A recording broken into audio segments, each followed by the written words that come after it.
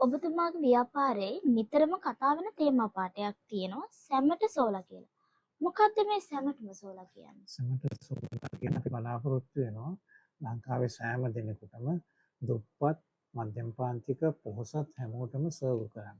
ඒ හැමෝටම සෝලා එකක් දාගන්න උදව් කරන්න. මොකද අපිට නොමිලේ ලැබෙනවා නිවර්තන කලාපී රටක් හැටියට හොඳ සෝලා රශ්මියක් අපිට ලැබෙනවා. ඒතකොට මේකට සුදුසු පරිසරයක් සුදුසු වහලයක් තියෙනවා නම් ඉකොනොමිකලි වයබල් විදිහට ව්‍යාපෘතියක් සකස් කරලා ඒකට ෆීසිබිලිටි ස්ටඩි එකක් කරලා ඒක සක්සස්ෆුල් නම් ඒක හොඳ නම් අපිට පුළුවන් මේ සඳහා අවශ්‍ය වෙන මූල්‍ය ප්‍රතිපාදන බැංකුවක් හරහා සකසලා දෙන්න. ඒ වගේම බැංකුවෙන් ලබා දෙන ප්‍රමාණය මදි නම් ඔබ බැංකුව බලාපොරොත්තු වෙන කොටසක් ඔබත් දායක කරන්න කියලා. ඔබතුමා ඔය කියන විදිහට මධ්‍යම පාන්තික පවුලකට උනත් යන්න පුළුවන්. යන්න පුළුවන්.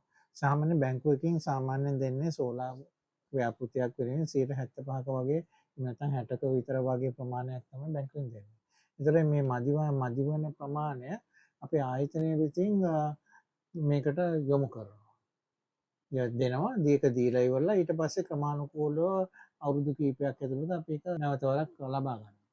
ඔය වාරික වශයෙන් ගෙවන්න ඔබතුමා ඔය අවස්ථාව සපයලා දෙනවා කියලා සපයලා තමයි දෙනවා. බැංකු පහසුකමත් සමගම තවත් අපිනුත් ලෝන් එකක් දීලා ඒකත් අවුරුදු කිහිපයකින් ගෙවන අවස්ථාවක අපි සකසා දෙන්න පුළුවන්.